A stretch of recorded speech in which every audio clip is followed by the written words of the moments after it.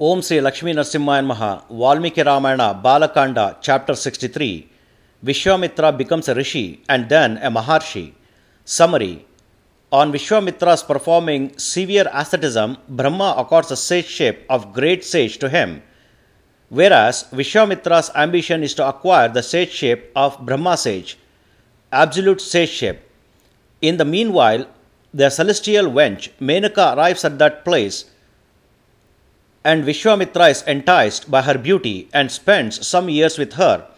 Later on, realizing that he should have won over lust, he further undertakes severe asceticism by which gods are confused. Chapter 63 in detail. When the 1,000 years are completed in asceticism and when the great saint Vishvamitra took a bath of solemnity, all the gods have come forward wishing to accord the fruit of that asceticism to Vishvamitra. Thus, sage Shantananda continued the legend of Vishvamitra. The very highly resplendent Brahma spoke to him with highly palatable words. You have now become a kingly sage by the virtue of auspicious deeds you have personally undertaken. Let safeness betide you. On speaking to Vishvamitra in that way, Brahma returned to heaven, and that highly vigorous Vishvamitra again performed a great asceticism. Then, at a long lost time, Menaka, the prominent Apsara, celestial wench, has arrived and started to swim for a sport in that holy lake. That great resplendent sage Vishvamitra has seen Menaka, who is incomparable in her appearance and comparable to an electric flash in a black cloud, that is lightning, while she is swimming in the holy lake. On seeing her, the sage, having gone under the sway of love god, said this to her: O Apsara, you are welcome. I invite you to taste temporarily in my hermitage. Oblige me, who am bewitched by love god for you. You be safe. When he said thus to her, O Raghava, then she made a stopover there, and 10 years rolled by comfortably. And O gentle Rama, because of her staying, Vishvamitra is indeed faced with a great hindrance in his asceticism. Then, after the lapse of the 10-year period, Vishvamitra became sad with distress, and he is put into humiliation, as it were. And O Rama, Raghu's legatee, then a resentful thought occurred to him: all this is the mischief of gods to cheat me of the great merit of my asceticism. 10 years have rolled by as if they are just a day and a night. Furthermore, I, who am under the influence of lust and lure, had to encounter this hindrance in my asceticism. O Rama, that best saint, suspired heavily when he became emotional with repent.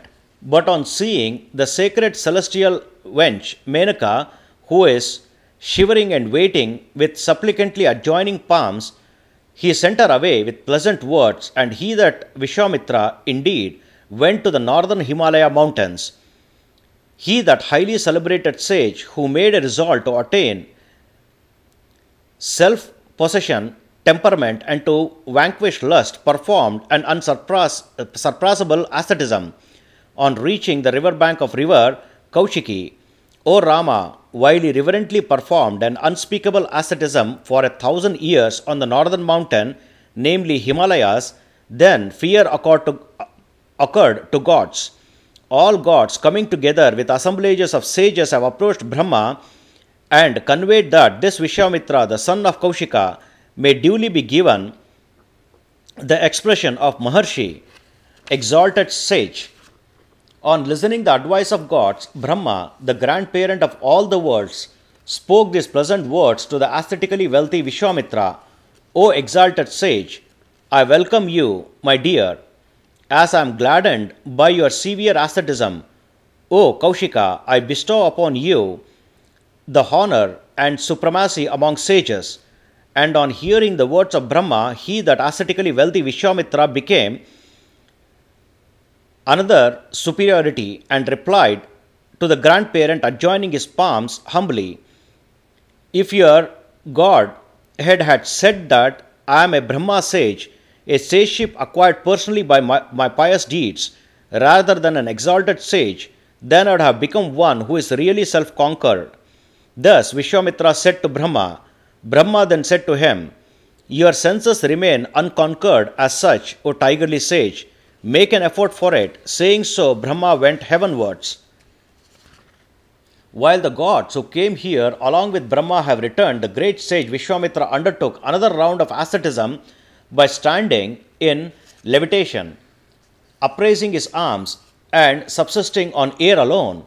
In summer, he became the five-fire ascetic. In rainy season, open sky is his rooftop, and in winter, water is his reclining bed, even by day or by night. And thus, the ascetically wealthy Vishvamitra indeed undertook a severe asceticism in this way for another 1,000 years.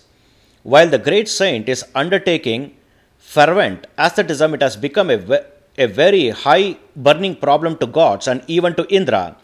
Then Indra, along with the assemblages of the air gods, spoke to Ramba, the celestial wench, words that are advantageous to himself, but disadvantageous to the son of sage Kushi, namely Vishvamitra.